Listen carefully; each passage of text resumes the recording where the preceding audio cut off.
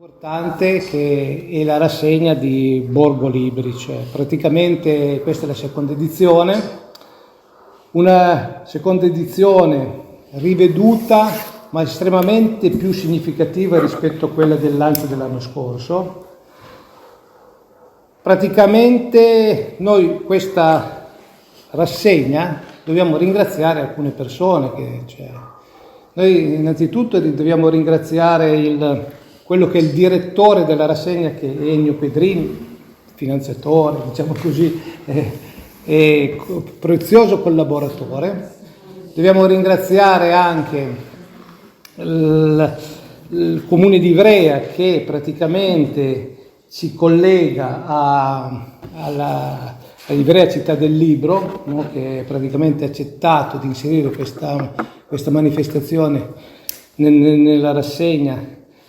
E dobbiamo ringraziare tutti gli autori che verranno, che si susseguiranno, che presenteranno le loro opere. Questa diventa una rassegna che diventa estremamente importante sia per noi che per la Valle d'Aosta, perché ci sono autori valligiani, autori canavesani, autori che hanno un bel significato, un bel nome nella rassegna libraria. Io questa sera in verità non dovevo essere qui, dovevo essere a Roma, dove c'è una nostra autrice che ha presentato alla Camera alle 18 un libro che verrà ripresentato qui durante la rassegna. Diamo via questa rassegna, che questa è il battesimo di Borgo Libri, l'abbiamo anticipato in una settimana. Sicuramente il 26 molto probabilmente ci sarà ancora qualche novità. Infatti noi, grazie a un contributo del GAL, avremo degli schermi dove si potrà si potrà condividere le discussioni di questa sala nelle sale vicine. Ci saranno in diretta, quindi siamo in grado di ospitare più persone, non solo a livello diretto, ma potranno seguire i lavori della manifestazione del 26. Facciamo tutto di corsa, come sempre, no? Alcune cose facciamo all'ultimo momento e, come detto, andiamo avanti, no? Sempre avanti, come si dice. Lascio la parola a Ennio, che è il direttore della manifestazione, grande organizzatore, grande protagonista e grande collaboratore. Ricordo che la Regione Piemonte ci ha dato il suo patrocinio, no? E anche speriamo che ci dia anche un contributo. Ho detto proprio che non guasta mai, no? Anche perché sono rassegne che vedono coinvolte la popolazione e anche gli autori, che c'è molti autori. Grazie. Grazie Sindaco. Intanto grazie a tutti i presenti. Volevo aggiungere intanto il ringraziamento all'amministrazione comunale di Borgofranco, che ci accoglie in questo palazzo signorile, in questo palazzo con questi affreschi che comunque sono sempre da ammirare. Volevo ringraziare per la presenza anche l'assessore Gabriella, che è qua con noi questa sera, e dire che io arrivo direttamente dal Salone del Libro. Il Salone del Libro quest'anno ci ha creduto in questo evento e ci ha inserito negli eventi di Salone di Torino del Libro, Salone Off. Ciò significa che questo festival ha avuto una visibilità proprio in questo momento enorme, perché è la data del 19, oggi si è inaugurato il Salone del Libro. Noi quest'anno, a differenza dei 6 anni precedenti, non abbiamo uno stand come Edizioni Pedrini, perché siamo stati invitati dalla Regione Valle d'Aosta in forma ufficiale e quindi chiaramente ci ha fatto molto piacere, abbiamo rinunciato al nostro stand, ma siamo ben ospitate, credete, è stata una grande soddisfazione. Va ricordato che ci sono altri due associazioni da ringraziare che sono molto importanti. Uno è ADEI, che è l'associazione degli imprenditori, degli editori indipendenti, che raccoglie 250 editori in Italia ed è la seconda forza complessiva dopo la EI di editori nazionali. E questo Marco, che è il presidente nazionale, sarà qua a inaugurare giovedì prossimo il festival, perché questa è una serata che abbiamo volutamente costruito per anticipare e insieme al Salone del Libro di Torino, anticipandola e inserendola come evento il 19 per farla girare in tutta Italia, non solo Piemonte. L'altro ringraziamento è la Via Europea, l'Associazione delle Vie Francigene Europee, che ci ha riconosciuto la varietà del progetto, e qui c'è anche il coinvolgimento dell'Istituto Botta, che presenteranno con la preside, la professoressa Mongiano, il loro progetto direttamente qui il venerdì pomeriggio. Oltre a questo devo ringraziare le persone che ci saranno vicine dalla prossima settimana, che sono le direttrici di sala. Una ce l'abbiamo qua con noi, un applauso per lei, perché grazie. Lei ci accompagnerà insieme alla Giglio Tos e alla Fregnani, alla Sofia, per gestire i vari autori che si susseguiranno. Sono circa una quarantina, per la stragrande maggioranza sono piemontesi e poreliesi e canavesani, perché questo festival vuole lavorare sul territorio. Avremo una decina avremo 7 o 8 docenti universitari, tra cui il professor Cordero della Sapienza, avremo Rao che dovrebbe arrivare, ma non sappiamo ancora se per motivi potrà farcelo o meno, ma forse aveva già prenotato il volo da Alghero per raggiungerci, ma ci sono dei problemi, come sapete, contestuali molto gravi, e lui, essendo la presidenza del Consiglio dei Ministri, però non sappiamo ancora se ce la farà. Abbiamo degli autori importanti, il Massimo Centini, editore, cioè è autore non solo delle edizioni Pedrini, ma della Feltrinelli, della Mondadori, dell'Einaudi. Abbiamo autori del calibro di Piero Abrate, grandi personalità. Insieme a tutto questo, questo è l'anno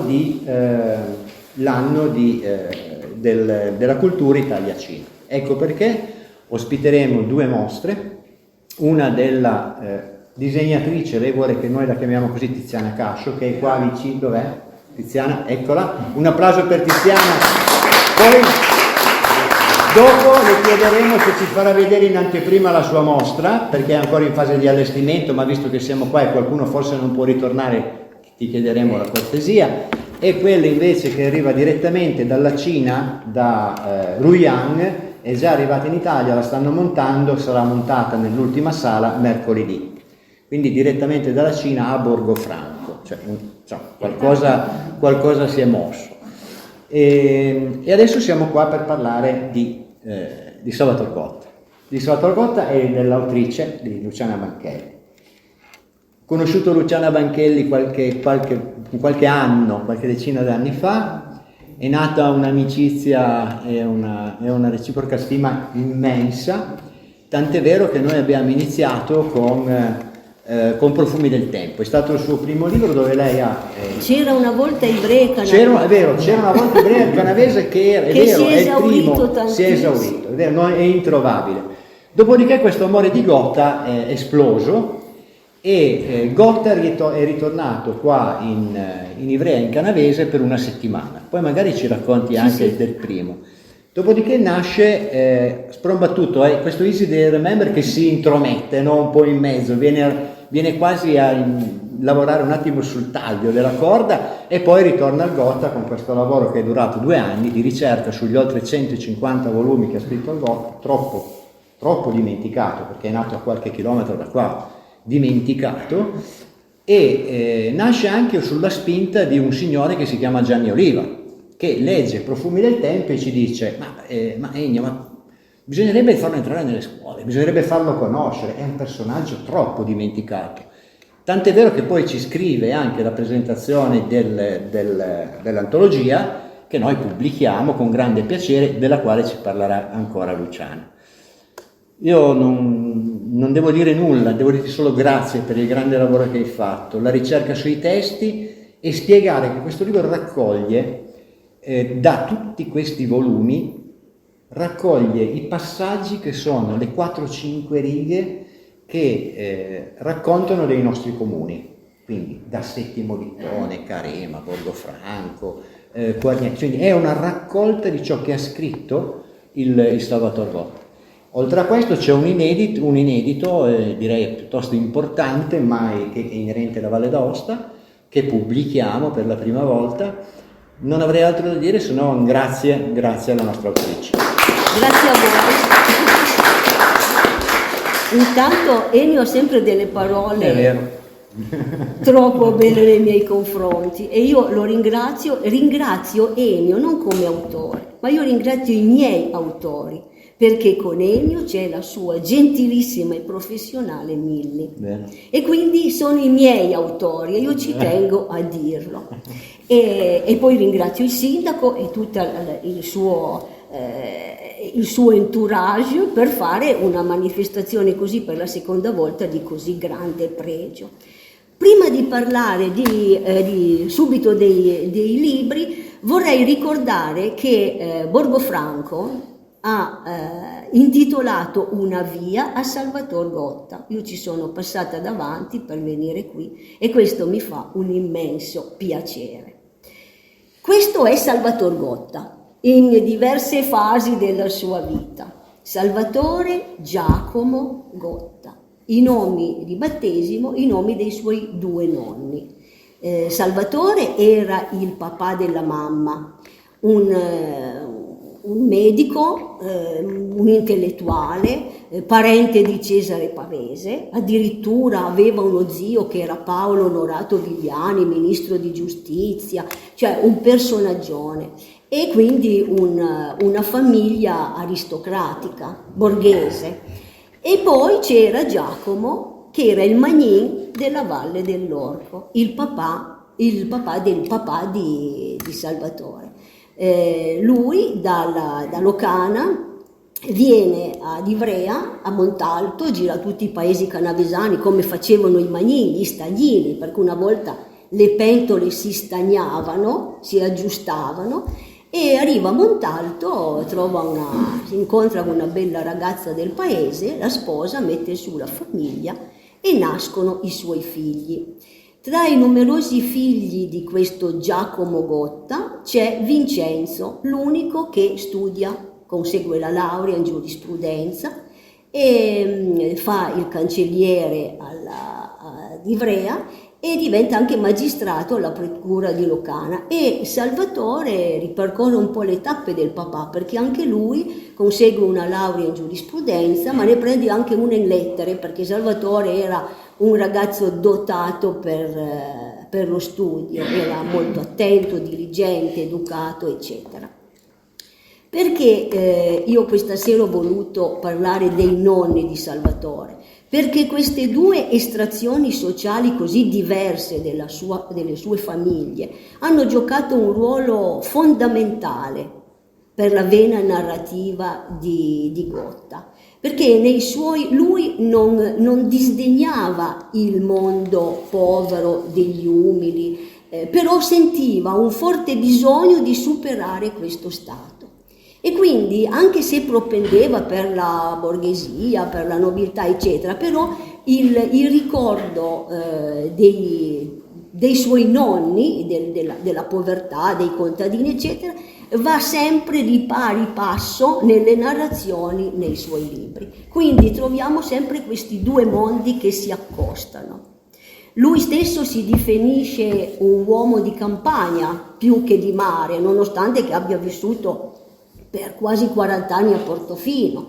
E poi lui si definiva un rapsodo, come quei cantastorie che una volta giravano di paese in città e raccontavano gli avvenimenti che succedevano, che vedevano coi loro occhi. Lui si sente così. Quindi tutti i suoi libri, almeno tutti quelli che ho letto io, e sono già parecchi, in questi libri ci sono sempre questi mondi e lui racconta la sua vita, la sua infanzia, i personaggi, luoghi, avvenimenti che hanno fatto la storia soprattutto di Ivrea, che era quella città che gli aveva insegnato a vivere, e poi il Canavese e anche la Valle d'Aosta.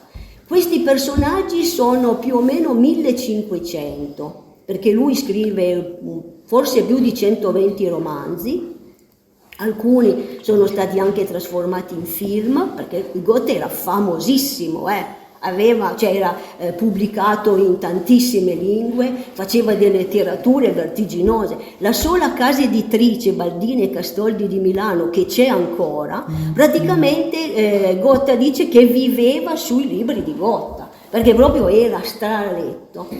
E pubblica tantissime novelle, testi teatrali recitati dagli attori più importanti del momento. Noi come compagnia teatrale Salvator Gotta, che era nata all'interno dell'associazione Luci, che è stata un'associazione che ho gestito fino a poco tempo fa, portavamo in giro, mettevamo in scena con i ragazzi di Oreste Valente dei testi teatrali scritti da Gotta, proprio per farlo conoscere. Quindi questo lavoro di Gotta non è soltanto, non si è svolto solo per la stesura di questi 2 libri, ma è una cosa che va avanti da anni. Quindi questo mio amore per questo scrittore dura da parecchio.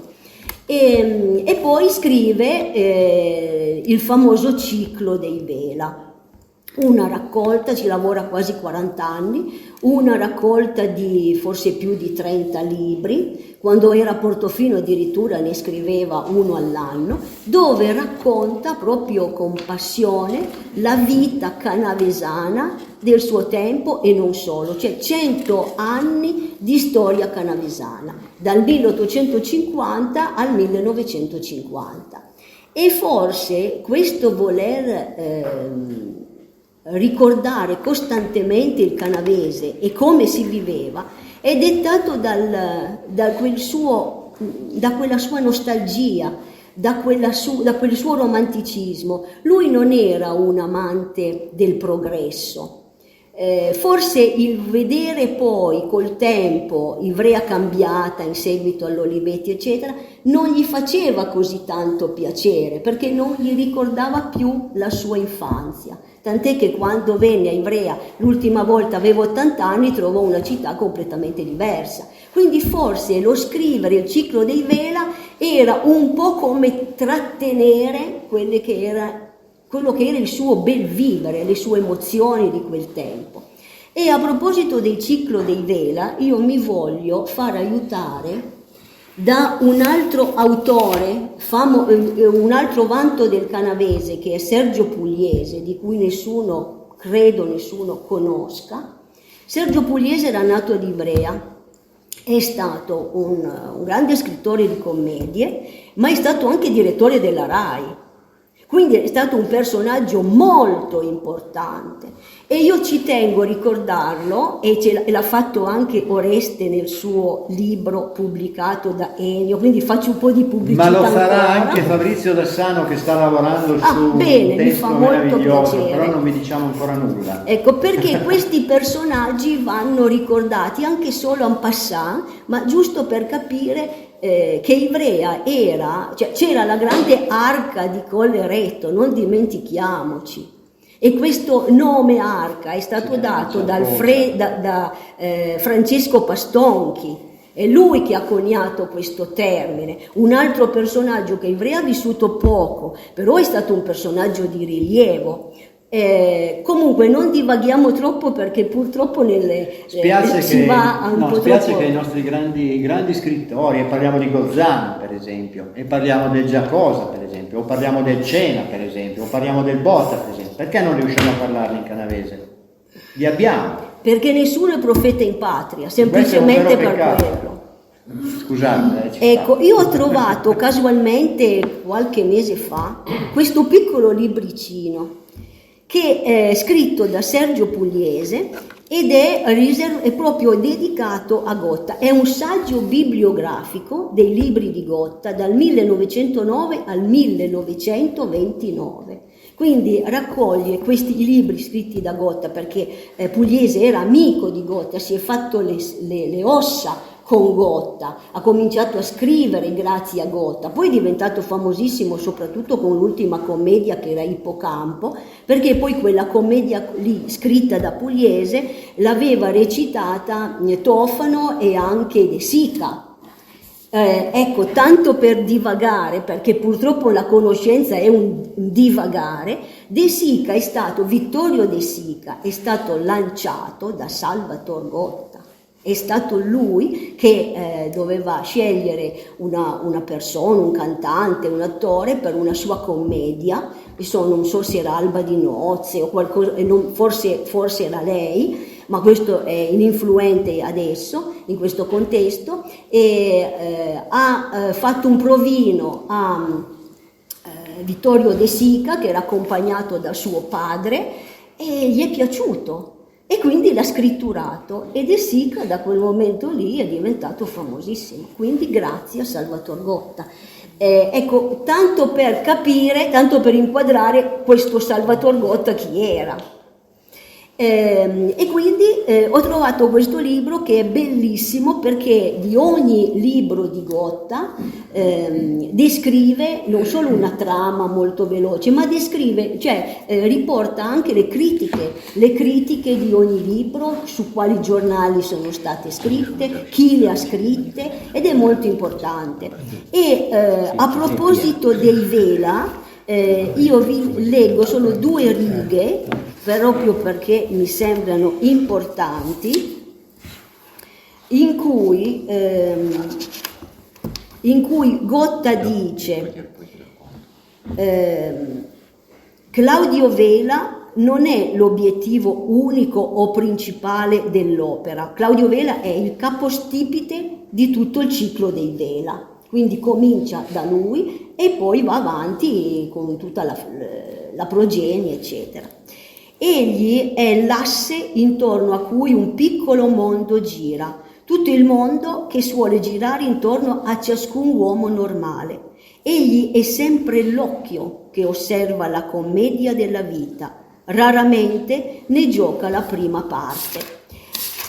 E a proposito, c'era ancora una cosa che avevo segnato qui, che mi piaceva ricordare, forse l'ho scritto qua. Ecco, sempre a proposito del ciclo dei Vela, che è l'opera più importante di Gotta, il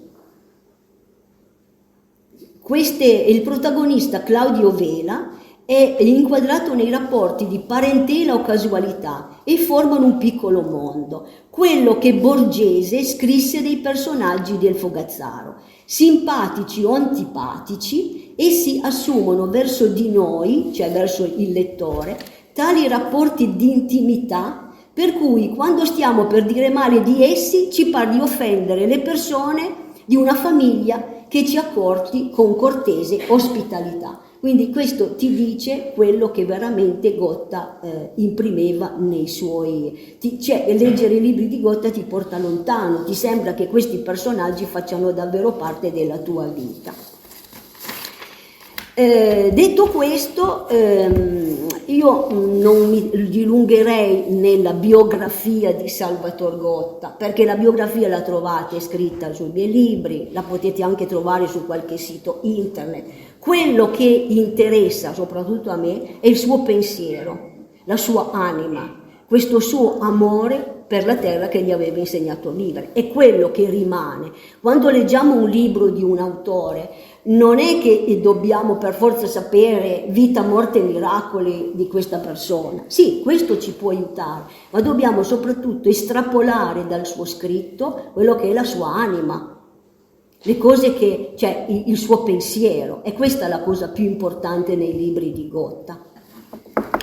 E lui era un nostalgico, l'ho già detto, e molto legato alla sua terra, tant'è che c'è un passo che definisce secondo me l'intera opera gottiana.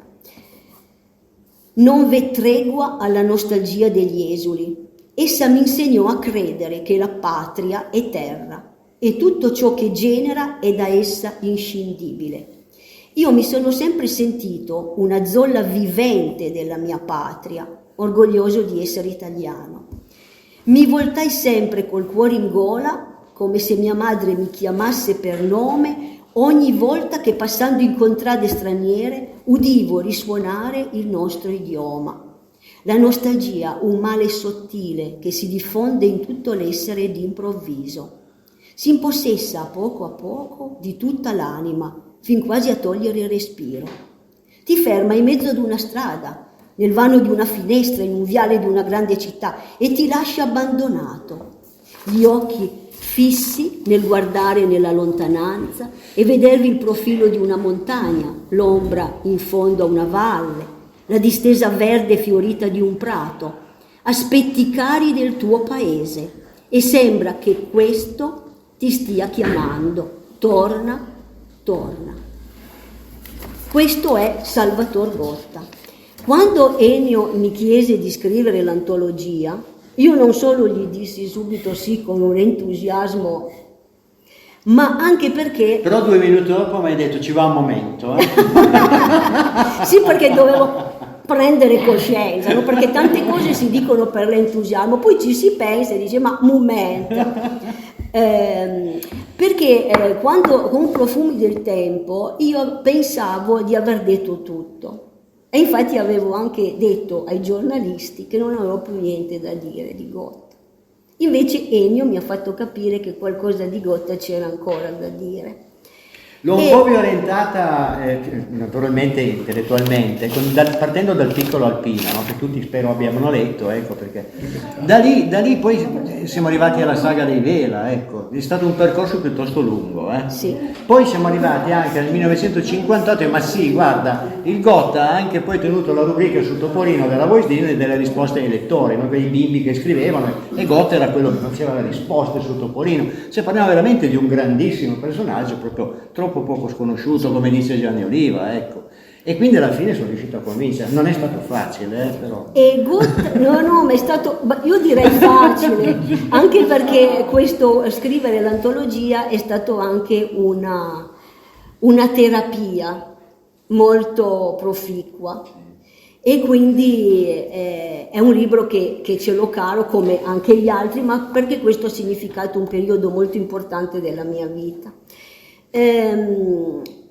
Ennio voleva che questo libro fosse dedicato al Canavese e alla Valle d'Aosta, l'ha già detto, quindi bisognava scegliere dei libri che parlassero di Canavese, ma questo non è difficile perché quasi tutti i libri di Gotta ne abbondano, tranne qualcuno, e estrapolare i brani, gli argomenti che appartengono appunto al Canavese e alla Valle, e poi bisognava ovviamente metterli giù con un certo ordine.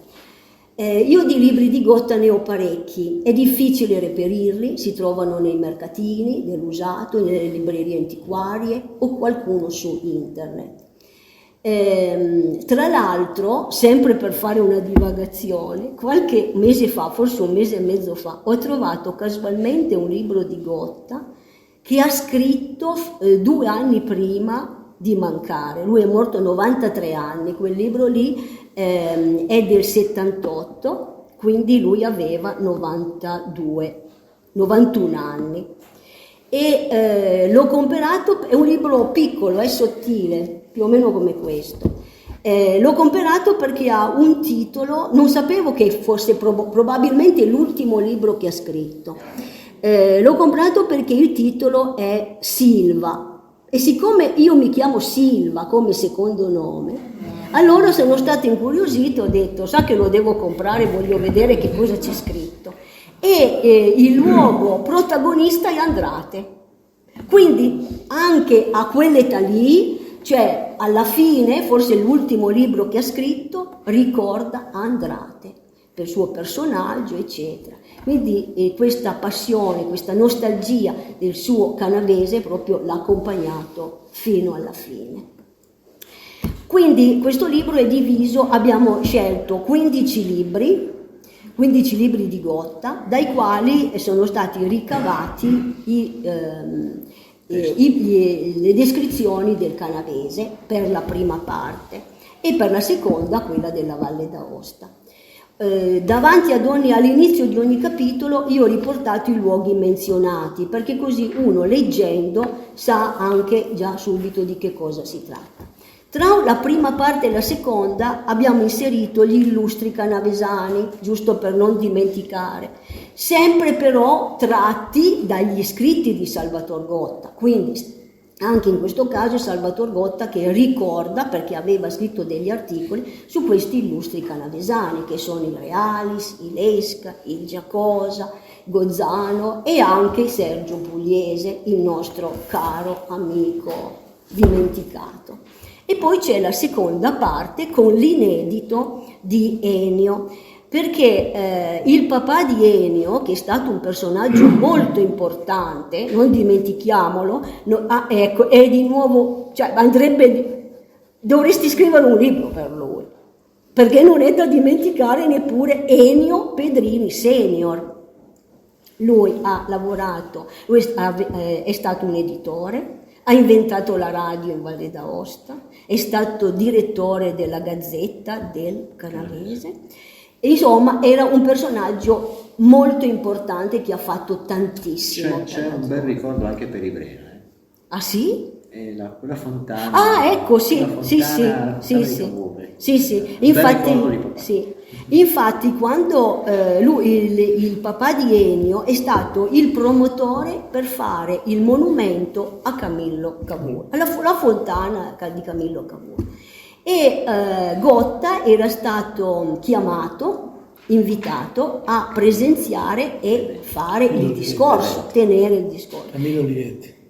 Ho detto Camillo Cavour? Sì. Ah, ecco, tra l'altro hai fatto bene a ricordarmi, perché poi farò un piccolo passo indietro, sempre per ragioni di distorsione cognitiva. E quindi lui è stato un promotore per fare la fontana a Camillo Olivetti. In quell'occasione Gotta è stato chiamato a tenere il discorso solenne e ha conosciuto il suo papà. E quindi è nato questa amicizia il Pedrini Senior, cioè il Gotta ha scritto degli articoli per Pedrini Senior e sono sempre rimasti lì, non sono mai stati pubblicati. No, questo proprio non sapevo neppure esistesse, è stata una Trovati scoperta per casuale nell'archivio di famiglia, ecco, questa lunga lettera sulla Valle d'Aosta, questo inedito che viene pubblicato oggi e che è veramente molto molto interessante. E questo è stato, e quindi il libro si snoda sotto questa forma. A proposito, come diceva il sindaco, del mio lapsus, ho tralasciato di dire che Salvator Gotta ha scritto un libro molto interessante, che se avete l'occasione di trovarlo, compratelo e leggetelo, che si chiama 800 Preludio Romantico. Io l'ho inserito qua. È la storia della preparazione all'Unità d'Italia, dove vediamo, non è solo storico, ma è anche molto romantico, perché c'è tutta la storia del nostro Costantino Nigra, che oltretutto era anche pieno di fascino, non era solo, cioè a Parigi a convincere Napoleone III a unirsi all'Italia per sconfiggere, per scacciare gli austriaci. Hanno mandato lui, cioè sì, era di Castelnuovo Nigre, cioè, però era un gran bell'uomo e poi aveva delle doti eccezionali, tant'è che era il braccio destro di Cavour.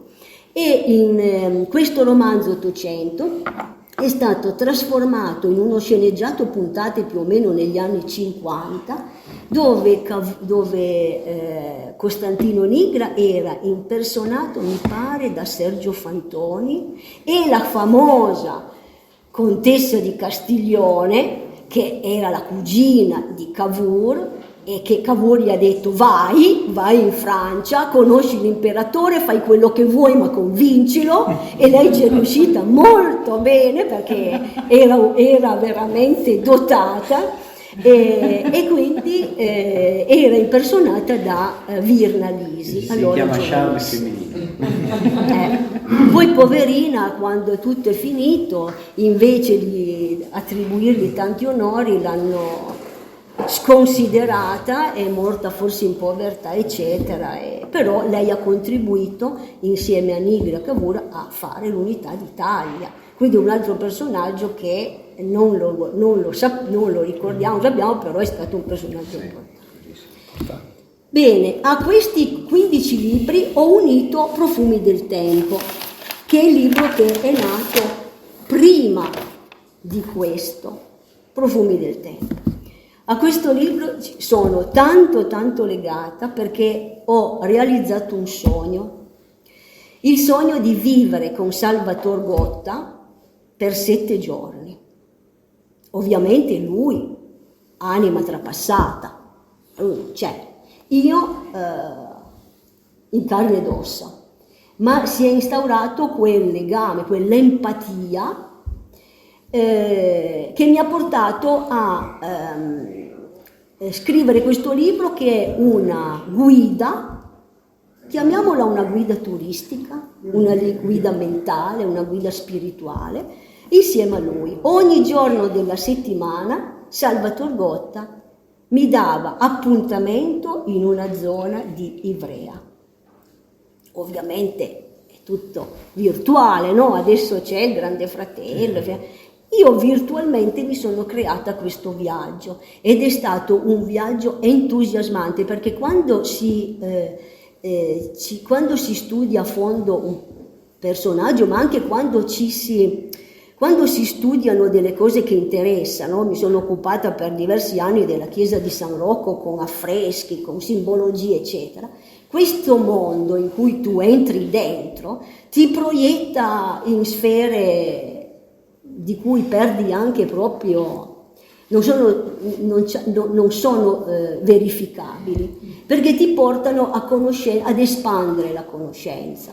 E quindi vivere 7 giorni con Gotta ha significato entrare nel suo mondo, percorrere le vie di Ivrea, per esempio via Arduino, che era la più importante, la più trafficata a quei tempi, sbirciare nel negozio di stoffe degli Olivetti, perché i genitori di Camillo Olivetti avevano un negozio di stoffe, dove sua mamma di nascosto fumava il sigaro toscano, oppure dalla tipografia Viassone, che è dove c'è il negozio di stoviglie, di Goglio, se dico bene questo, e qui dove la regina Margherita, quando d'estate abitava al castello sul di Gressonei, al venerdì scendeva di Ivrea per girare fra le bancarelle del mercato e passava di lì.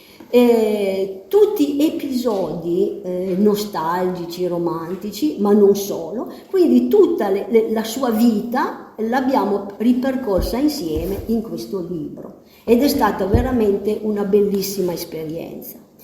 Io quindi Ennio, penso che davvero questa volta dico, non so più cosa dire, però un sogno nel cassetto forse ancora potrei esprimerlo.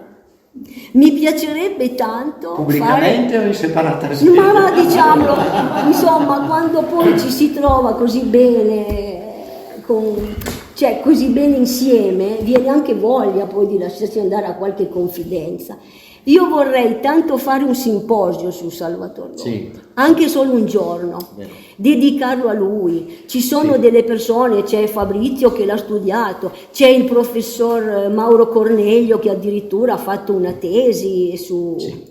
Questo lo organizzeremo, faremo una giornata di studi su Gotta, le facciamo. Perché adesso noi come compagnia teatrale non possiamo più mettere in scena niente perché la compagnia non esiste praticamente più, ma sarebbe stato bello anche mostrare qualche cosa. Se il sindaco ci lascia utilizzare una sala, i docenti universitari che hanno studiato Gotta e gli studiosi di Gotta sono tanti, di interesse tanto, si potrebbe Mi piacerebbe studiarla. Proprio fare un simposio solo su Gotta. Dal mattino alla sera, io non dico 2 giorni, facciamo solo uno, ma cominciamo con uno, non allarghiamoci troppo perché poi questo è un sogno, se poi i sogni sono troppo... E quindi non so se voi qualcuno... Prego. Anche mio padre, lo ricordo, certamente se ci fosse ancora l'ho portato io, ma non me l'ha più detto. forse il Piccolo Alpino è l'unico libro che è ancora stato edito. Una cosa un po' strana, una sera c'era Salvatore Gotta con la chitarra, cantava una bella Turin in piemontese, Salvatore Gotta, con la sua chitarra. Vedi? Ecco. Grazie. E perché Gotta aveva una voce, a parte che era un melomane, ma poi Cantava Salvatore Gotta. lui che aveva una voce fantastica. Guardi, le dico già in anteprima, glielo dico già, se viene, sotto ci sarà anche un'esposizione di volumi e ci sarà diverse edizioni del Piccolo Alpino che la libreria di Garda è riuscita a recuperare e ce li porterà su. Tra questi c'è, l'ho già visto, il Piccolo Alpino in edizione speciale, veramente straordinario. Allora, visto che siamo a Borgofranco e visto che io sono tanto contenta di essere qua, vorrei leggervi non tutto certo il capitolo, ma qualche brano del romanzo Amina, un romanzo sempre pubblicato nel 1939, dove si parla di Torre Daniele, Cesnola, Trovinasse, Borgofranco, Montestrutto, Settimo Vittone. Ecco, e quindi ho scelto questo perché c'è un estrapolato di Borgofranco, che è il luogo che ospita Salvatore e me. Tutta la borgata di Torre Daniele formava la proprietà che Alberico Palma aveva ereditato dallo zio Barnaba Anfossi. L'orologio della torre batté 12 tocchi e cigolò sui suoi perni la campana tirata dal foll. Nei paesi c'era sempre un foll, cioè in piemontese è uno stupido, no? Si davano queste. Nervoso, tutt'ossa, che ricorda un po' il nostro personaggio là si dimena come un ossesso, aggrappato alla corda che scende e che sale, passando le fore del soffitto a tavole decrepite. Una volta il foll, quando era giovane, si lasciò trasportare troppo dalla corda, sbatté il cranio nel tavolato del soffitto e guarì per miracolo, dopo essere rimasto quasi morto per 3 giorni. Ora i pastori e i contadini, sentendo la campana, vedono i movimenti del campanaro mentre mangiano nei loro tuguri. Dall'ombra di quelle antiche tane, nell'aria lavata dalla primavera, si spande il profumo dei cibi primitivi, misto al fetore delle stalle umide e basse, affose di fiati ruminanti e di sterco e di lane e di caproni. Amina era una ragazza di 18 anni, dava l'idea del pane, di quel pane di puro grano che si mangia solo in campagna, fatto in casa. I suoi capelli tirati sulla nuca e anche quel po' di lanugine soffusa sulla parte esterna delle braccia avevano i riflessi del grano maturo. La sua faccia chiara, senza sfumature di rosa nemmeno a sommo delle guance, sembrava accesa dentro d'una luce di spighe. A sommo delle guance sotto le occhiaie pareva che fossero volate alcune molecole di crusca, così lievi che un soffio di brezza avrebbe potuto portargliele via. E i seni, nitidamente distinti sotto il corpetto aderente, davano veramente l'idea di 2 pagnotte ferme. Ella serviva il padrone, ma non era una serva, lavorava in casa e in campagna e abitava in castello fin da quando era rimasta orfana di madre. Alberico aveva ereditato anche dei campi a Borgofranco, coltivati a grano. Ai primi di luglio iniziava il taglio. Amina, la testa coperta dal grande cappello di paglia, partiva da Torre Daniele con i contadini e vi ritornava la sera seduta sui covoni del carro insieme ai bambini. Fra le casupole antiche, quei carri colmi d'oro hanno una loro gravità trionfale. Le spighe, spiovente ai 2 lati del carico, carezzano i muri dei vicoli più stretti. I bovi, lenti, muggenti al sentor delle stalle, lunate le corna sulle teste erette, appaiono ben degni di trainar tanto tesoro. Verso le 6, mentre gli uomini stavano caricando, siamo scappati ai balmetti, disse Amina, una borgata ai piedi della collina di Borgofranco. Là, sotto la roccia, c'è una fontana dove l'acqua cade in una specie di vasca naturale, un luogo dove nei giorni di lavoro non passa quasi mai nessuno. Questo per dirvi come Gotta sapeva descrivere. Addirittura descrive la ragazza, la paragona al grano. Il grano per il contadino è la vita, il sostentamento. Quindi è tutta una poesia. In Gotta è tutta una poesia. Poi c'è ancora una piccola cosa, poi chiudiamo lì, sempre sui balmetti.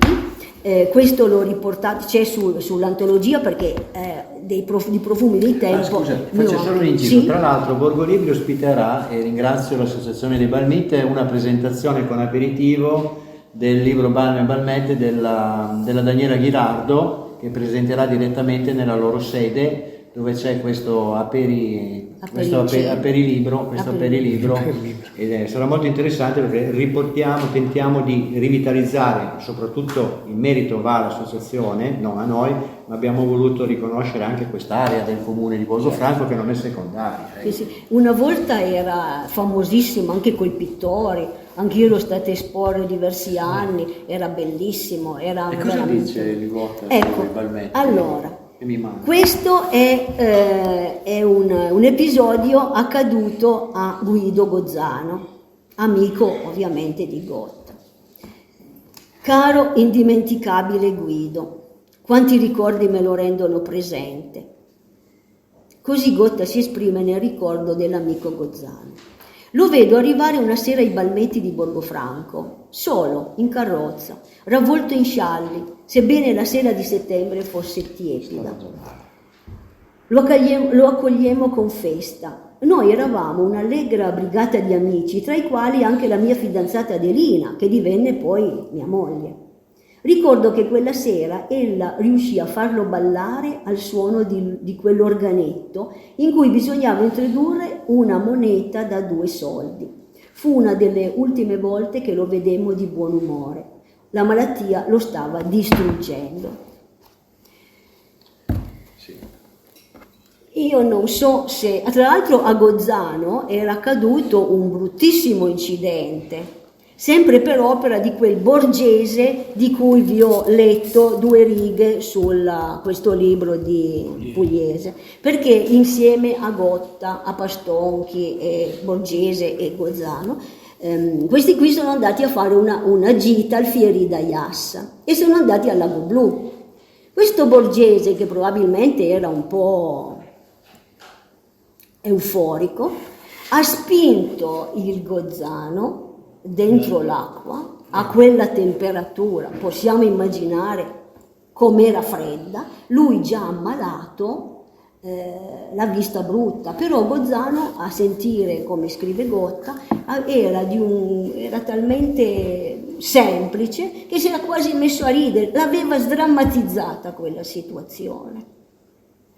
Perché a quel tempo c'era una grande sinergia fra i letterati, non come adesso che momenti uno non sa dell'altro e c'era molta sinergia e quindi si ritrovavano poi tutti a Colleretto. Adesso diciamo Colleretto non sappiamo nemmeno dov'è, che paese è, eppure ai tempi di Gotta e anche dopo era il fulcro dell'Italia degli intellettuali, arrivavano tutti lì. Certo.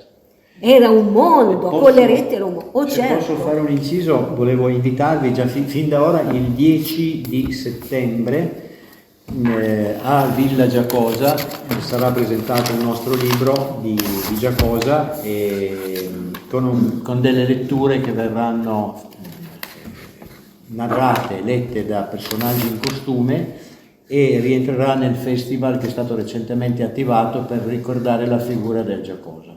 Ecco, questa è un'altra di quelle iniziative per riportare sul territorio questi nostri grandissimi scrittori e grandissimi commediografi.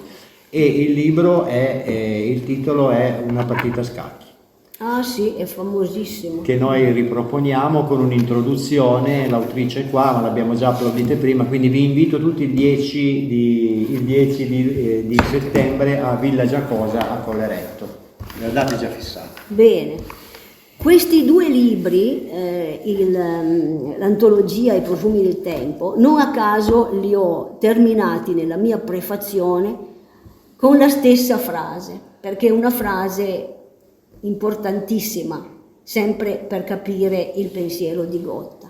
Così lui dice: il massimo elogio che mi possono fare i lettori è quello di apprezzare come, a modo mio, ho descritto il canavese. L'aria che vi ho respirato fin dalla nascita è la vera fonte della mia ispirazione artistica. Alla sua salubrità debbo la salute religiosa, morale, estetica del mio spirito e la fortuna di scrittore. Ci sarebbe tanto da dire, ma comunque le presentazioni devono sortire l'effetto di cogliere l'essenza.